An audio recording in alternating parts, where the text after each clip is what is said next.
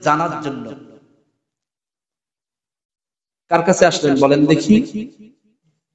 হযরতে মা আয়েশা সিদ্দিকা রাদিয়াল্লাহু তাআলা আনহার কাছে আসলেন।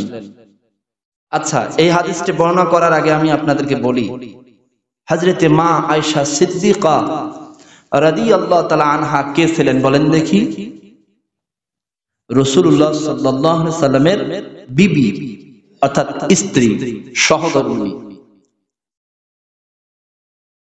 তো সহধর্মিণীরা তো একজন মানুষের খুব কাছাকাছি অবস্থান করে, ঠিক না বেঠিক? আরো জোরে বলেন। অর্থাৎ আপনি আপনার আচার আচরণ, আপনার নেচার কেমন, পৃথিবীতে আল্লাহ ছাড়া যদি কেউ না জানে, একমাত্র যিনি জানেন তিনি হচ্ছেন আপনার বিবি, ঠিক না বেঠিক? আপনি কতটা বিশ্বাস, কত ভালো মানুষ, বাইরে তো একদমই পীর অলির মতো বের হন, কিন্তু বাড়িতে ঠিকই আপনার আচার আচরণ সম্পর্কে জানে, ঠিক না বেঠিক? আরো জোরে বলেন। আমার নিজের চোখের দেখা অনেক মানুষকে দেখেছি, বাইরে বের হলে মনে হয় যে আসমান থেকে এইমাত্র জমিনে আসলো, জমিন সম্পর্কে কোনো জানে না, এত সুন্দর করে আচরণ করে মানুষের সামনে, জাদু পকি সুন্দর সুন্দর করে কথা বলে। কিন্তু আমি নিজের চোখে দেখেছি ওই সব মানুষ তাদের স্ত্রীর সাথে কি জঘন্য আচরণ করে। অনেক মানুষ আছে তাদের পরিবারের সাথে ভালো আচরণ করে না, অথচ বাইরে খুব ভালো আচরণ করে, ঠিক না বেঠিক? আরো জোরে বলেন। তো আপনি কেমন এটা কেউ না জানলে আপনার স্ত্রী জানবে।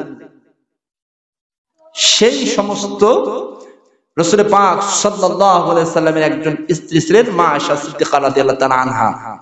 তিনি এই হাদিসটি বর্ণনা করতেছেন। আল্লাহর নবী বলেন, আল্লাহর নবীজির বিবি আমাদের মা আয়েশা সিদ্দিকা রাদিয়াল্লাহু তাআলা আনহা বলেন, আরাইতু রাসূলুল্লাহ, সকলেই বলি সাল্লাল্লাহু আলাইহি ওয়াসাল্লাম, ইস্তাকমালা সিয়ামা শাহরির রমাদান, রমজান মাস ছাড়া কোন মাসের পুরো মাস রোজা রাখতে আমি রাসূল পাক সাল্লাল্লাহু আলাইহি ওয়াসাল্লামকে দেখি নাই। অর্থাৎ রমজান মাস ছাড়া পুরো মাস ধরে কোন মাস রাসূলুল্লাহ পাক সাল্লাল্লাহু আলাইহি ওয়াসাল্লামকে আমি দেখি নাই।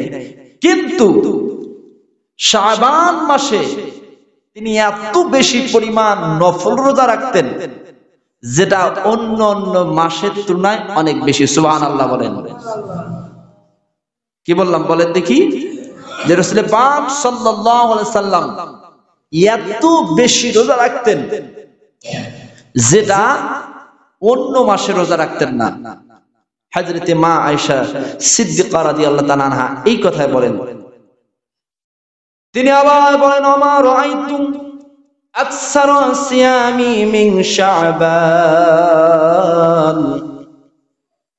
আমি রাসূল পাক সাল্লাল্লাহু আলাইহি ওয়াসাল্লামকে দেখেছি রমজান মাস ব্যতীত শাবান মাস আসলে আল্লাহর নবী বিশ্ব নবীজি রাসূল পাক সাল্লাল্লাহু আলাইহি ওয়াসাল্লামের লাইফ স্টাইলটাই পরিবর্তন হয়ে যেত।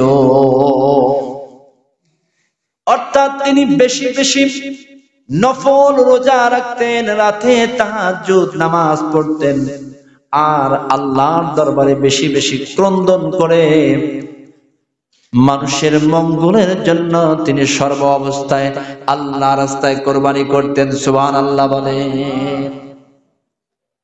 সাহাবারা বর্ণনা করেন, আল্লাহর নবীজির এই লাইফ স্টাইল দেখার পরে, নবীজির এই আমল আখলাকের পরিবর্তন দেখার পরে একজন সাহাবী আল্লাহর নবী বিশ্ব নবীজিকে লক্ষ্য করে বলেন, হাদিসটি নাসাই শরীফের মধ্যে বর্ণনা এসেছে, একজন সাহাবী নাম তার ছিল উসামা ইবনে যায়েদ। কি নাম বললাম বলেন দেখি? উসামা ইবনে যায়েদ আল্লাহর নবী বিশ্ব নবীজিকে লক্ষ্য করে বললেন, লিমা আরাকা তাসুমু শাহরাইন মিন সুমুরি তাসুমু শাবান, ওগো আল্লাহর প্রিয় হাবিব, ইয়া রাসূলুল্লাহ, ইয়া হাবিবাল্লাহ, আমরা দেখতেছি আপনি রমজান মাস আসলে বেশি বেশি নফল রোজা রাখতেন, বেশি বেশি আল্লাহর দরবারে ক্রন্দন করতেন, নফল নামাজ পড়তেন, কোরআন বেশি বেশি তেলাওয়াত করতেন। এর কারণ কি? কি এমন কারণে, কোন কারণে আপনি এত বেশি এই মাসে আল্লাহর দরবারে বেশি বেশি নফল কাজগুলো করে? রাসূল পাক সাল্লাল্লাহু আলাইহি সাল্লামকে উসামা ইবনে যায়েদ প্রশ্ন করলো যে আপনি কোন কারণে, কোন ফজিলতের কারণে এই শাবান মাসে আল্লাহর দরবারে বেশি বেশি নফল রোজা রাখেন আর নামাজ পড়েন, কোন কারণে? রাসূল পাক সাল্লাল্লাহু আলাইহি সাল্লাম উত্তর দিলেন যে আমি দুইটি কারণে শাবান মাসে বেশি বেশি রোজা রাখি এবং বেশি বেশি নফল ইবাদত করি। কয়টি কারণ জোরে বলেন? জোর হলো না, কয়টি কারণ? দুইটি কারণ। তার এক নম্বর কারণ,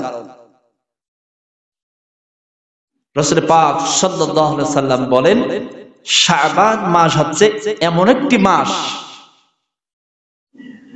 যে তার পূর্ববর্তী একটি মাস এবং পরবর্তী মাস হচ্ছে অত্যন্ত ফজিলতপূর্ণ মাস। আর এই কারণে শাবান মাস আসলে মানুষগুলো আমল থেকে গাফেল থাকে। আমি এই জন্য এই মাসটাতে বেশি বেশি আল্লাহর দরবারে কায়মনা বাক্যে ইবাদত করি। সুবহানাল্লাহ বলেন। অর্থাৎ এই যে কিছুদিন পূর্বে একটি মাস গেল, রজব মাস, এই রজব মাসটা আল্লাহর দরবারে অত্যন্ত ফজিলতপূর্ণ মাস। 4টি মাসে যুদ্ধ বিগ্রহ সবকিছু হারাম করে দেওয়া হয়েছে, তার মধ্যে অন্যতম একটি মাস হচ্ছে রজব মাস। সুবহানাল্লাহ বলেন। আচ্ছা বলেন দেখি, এই যে ফজিলতপূর্ণ বললাম, রজব মাস ফজিলতপূর্ণ মাস, কি এমন কারণে এই রজব মাস অত্যন্ত ফজিলতপূর্ণ বলেন দেখি, মনে আছে? কিছুদিন পূর্বে প্রায় 1 মাস ধরে আলোচনা করলাম। শুধু ওয়াজ শুনলে তো হবে না, ওয়াজ বুঝতে হবে। রজব মাস কেন ফজিলত মাস? রজব মাস এই জন্য ফজিলতপূর্ণ মাস, যেই মাসে আমার আপনার প্রিয় নবীজি রাসূল পাক সাল্লাল্লাহু আলাইহি সাল্লাম আল্লাহ তাআলা জমিন থেকে নিয়ে আসমান প্রসাদ আসমান ভ্রমণ করেছেন, জান্নাত জাহান্নাম সবকিছু দেখেছে। জবান খুলে বলেন ঠিক তবে ঠিক। অন্য কোন মাসে দেখায় না, রজব মাসে দেখেছে। সুবহানাল্লাহ বলবেন না? এই জন্য অত্যন্ত ফজিলতপূর্ণ মাস। আর রমজান মাসের তো হিসাবই করা যায় না। রাসূল পাক সাল্লাল্লাহু আলাইহি সাল্লাম বলেছেন সমস্ত মাসের মধ্য থেকে সর্বশ্রেষ্ঠ মাস হচ্ছে রমজান মাস। সুবহানাল্লাহ বলেন। সেই রমজান মাস আমাদের সামনে নবাগত, অর্থাৎ আমাদের সামনে আসতেছে। এই মাসে আমরা বেশি বেশি ইবাদত করার জন্য মনে মনে প্রস্তুতি নেব তো ইনশাআল্লাহ? জোরে বলেন, নেব তো ইনশাআল্লাহ? আল্লাহ তাআলা আমাদের সকলকে বোঝার তৌফিক দান করুন। এই হচ্ছে 1 নম্বর কারণ। অর্থাৎ এই জন্য যেই মাসটাতে বেশি বেশি মানুষ গাফেল থাকে। আচ্ছা, এটাকে উদাহরণ দেওয়ার জন্য বলি। ধরেন আপনি সারা রাত ঘুমিয়ে আছেন, কিন্তু আপনার এক ভাই, প্রতিবেশী ভাই, রাতের একাংশ ঘুম না পেরে আল্লাহর দরবারে যদি কায়মনা বক্ষে নামাজ পড়ে, রোজা রাখে, অর্থাৎ নামাজ পড়ে যদি তাহাজ্জুদ নামাজ পড়ে আল্লাহর দরবারে বেশি বেশি কান্না করে, তাহলে ঘুমন্ত ব্যক্তির থেকে ওই ব্যক্তিটা আল্লাহর কাছে বেশি প্রিয় হতে পারবে না? তো গাফেল হয়, অর্থাৎ শাবান মাসে মানুষ বেশি বেশি ইবাদত থেকে গাফেল হয়, দূরে যায়। সেই মাসে যদি আমি আল্লাহর দরবারে বেশি বেশি ইবাদত করি, তাহলে তো আল্লাহর কাছে আমার সম্মান মর্যাদাটা আরো বেশি বৃদ্ধি পাবে। জবান খুলে বলেন ঠিক না ঠিক? এই হচ্ছে 1 নম্বর কারণ। 2 নম্বর কারণ, রাসূল পাক সাল্লাল্লাহু আলাইহি সাল্লাম বলেন প্রত্যেক বছরে মানুষের আমল নামাগুলো, অর্থাৎ বার্ষিক একটা রিপোর্ট, একটা স্টেটমেন্ট, 1 বছরে কতগুলো ভালো কাজ করেছে, খারাপ কাজ করেছে, 1 বছরে সেটা হিসাব করে এই শাবান মাসে আল্লাহর দরবারে সেটা পৌঁছে দেওয়া হয়। সুবহানাল্লাহ বলেন। কোন মাসে বললাম বলেন দেখি? শাবান মাসে। এখানে একটা কথা বলি, মানুষের আমল নামা, মানুষের যে আমরা যে ইবাদত করতেছি, ভালো কাজ করতেছি, খারাপ কাজ করতেছি, আমাদের সাথে তো দুইজন ফেরেশতা আছেই। আল্লাহ তো সর্ব অবস্থানে আমাদের ভিতরে একটা সিসি ক্যামেরা চালু করে দিয়েছেন। কিন্তু এই আমল নামা আল্লাহর দরবারে পৌঁছানোর তিনটা মাধ্যম, তিনটা পদ্ধতি। কয়টা মাধ্যম বললাম বলেন দেখি? তিনটা মাধ্যম, তিনটা পদ্ধতি। অর্থাৎ প্রতিদিনের রিপোর্ট, প্রতিদিনের আমল নামা আল্লাহর দরবারে পৌঁছে দেওয়া হয়। অর্থাৎ পৃথিবীতে আল্লাহ পাক রব্বুল আলামিন অসংখ্য অগণিত, যেটাকে কাউন্ট করা যায় না, কাউন্টলেস যেটাকে বলা হয়, এত বেশি ফেরেশতা, মানে দুই রকম ধরনের ফেরেশতা থাকে।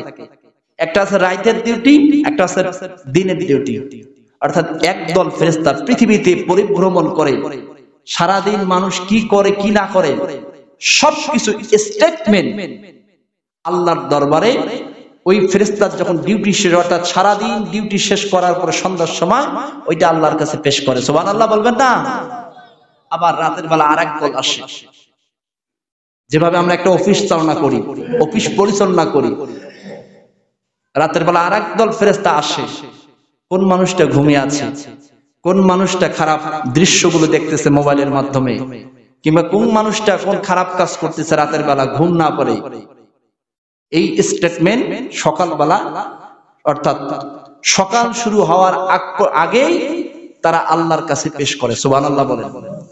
এই এক পদ্ধতি। দুই নম্বর পদ্ধতি হচ্ছে প্রত্যেক সপ্তাহে মানুষের আমল নামাগুলো আল্লাহর দরবারে পৌঁছে যায়। কি বললাম? প্রত্যেক সপ্তাহে একদিন, এটা স্টেটমেন্ট অর্থাৎ রিপোর্ট, এই রিপোর্টটা আল্লাহর দরবারে ফেরেশতারা নিয়ে গিয়ে পৌঁছে দেয়। সুবহানাল্লাহ বলেন। সেটা কোন দিন? সেটা আছে সপ্তাহে বৃহস্পতিবার। সুবহানাল্লাহ বলেন। রাসূল পাক সাল্লাল্লাহু আলাইহি ওয়াসাল্লাম অন্যতম একটি সুন্নাহ ছিল, আল্লাহর নবী বিশ্ব নবী সোমবার এবং বৃহস্পতিবার রোজা রাখতেন।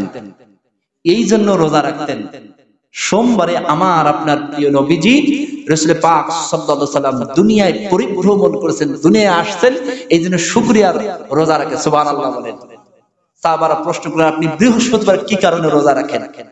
রাসূল পাক সাল্লাল্লাহু আলাইহি ওয়াসাল্লাম বললেন যে বৃহস্পতিবার মানুষের আমল নামাগুলো আল্লাহর দরবারে প্রেজেন্টেশন করা হয়, পৌঁছানো হয়।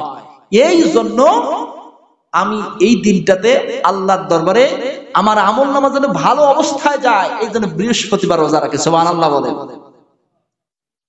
তিন নম্বর পদ্ধতি। তিন নম্বর পদ্ধতি হচ্ছে বার্ষিক। আচ্ছা বলেন দেখি, অনেকেই তো এখানে অফিসে কিংবা বিভিন্ন ব্যবসা প্রতিষ্ঠানে চাকরি করেন, করেন কিনা? কোম্পানিতে চাকরি করে না অনেকেই? প্রত্যেকটা কোম্পানি একটা রুলস আছে, একটা বার্ষিক রিপোর্ট তাদেরকে পৌঁছে দিতে হয়। অর্থাৎ একটা স্টেটমেন্ট, এক বছরে কি কাজ করলো, কি কাজ তার দ্বারা হয়েছে, এটা একটা স্টেটমেন্ট আল্লাহর দরবারে এই কোম্পানির মানুষেরা, তার কোম্পানির যে ঊর্ধ্বতন কর্মকর্তা আছে তাদের কাছে পৌঁছে দেয়। ঠিক না বেটি? কারো জোরে বলেন। তো ঠিক ওই রকম আমরা আমাদের এই এক বছরে কি করেছি কি না করেছি, এই রিপোর্টটা আল্লাহর দরবারে কোন মাসে পাঠিয়ে দেওয়া হয় আল্লাহর দরবারে? বলেন দেখি। শাবান মাস। আল্লাহর নবী বিশ্ব নবীজি মন খারাপ করে বলতেছেন, ও সাহাবারা তোমরা শুনে রাখো, আমি এই জন্য শাবান মাসে বেশি বেশি রোজা রাখি, বেশি বেশি নফল ইবাদত করি। আমার রিপোর্ট, আমার আমল নামা আল্লাহর দরবারে তো এই মাসে পৌঁছে দেওয়া হয়। আমার রোজা অবস্থায় যদি আমার আমল নামা আল্লাহর দরবারে পৌঁছে দেওয়া হয়, তাহলে আমি কতটা সৌভাগ্যবান হয়ে যাব। ঠিক না বেটি? আর একটা কথা শুনে রাখেন, যে মানুষটা যে অবস্থায় মৃত্যুবরণ করবে, অর্থাৎ কেউ যদি রোজা অবস্থায় মৃত্যুবরণ করে, আল্লাহ পাক রব্বুল আলামিন কিয়ামত দিবসে তাকে রোজা অবস্থায় কিয়ামত দিবসে দিয়ে দিবেন। সুবহানাল্লাহ বলে। এই জন্য এই মাসে বেশি বেশি রোজা রাখার চেষ্টা করব তো ইনশাআল্লাহ। আচ্ছা বলেন দেখি, এই যে অফিস আদালতে চাকরি করি, এখন অডিট আসলো আমাদেরকে দেখানোর জন্য স্কুল পড়াইতেছি কিনা। এখন আমি যদি স্কুল না পড়িয়ে অন্য কোনো কাজ সমাধান করি, আমার অডিট অফিসার আমার প্রতি খুশি হবে না বেজার হবে? জোরে বলেন, খুশি হবে না বেজার হবে? অবশ্যই বেজার হবে। শাবান মাসে আমাদের রিপোর্ট আল্লাহর দরবারে পেশ করা হয়। আমরা যদি নামাজ বাদ দিয়ে যদি ওই ঘুমন্ত অবস্থায় থাকি, তাহলে আল্লাহ আমাদের প্রতি খুশি হবে না বেজার হবে?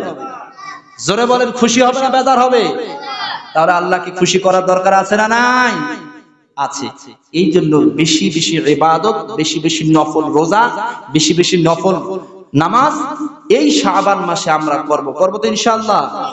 এই আশাবাদ ব্যক্ত রেখে সকলের সুস্বাস্থ্য কামনা করে এখানে শেষ করছি। ওয়া আখিরু দাওয়ানা আলহামদুলিল্লাহি রাব্বিল আলামিন। যারা সুন্নত আদায় করেননি 4 রাকাত সুন্নত আদায় করে নেন।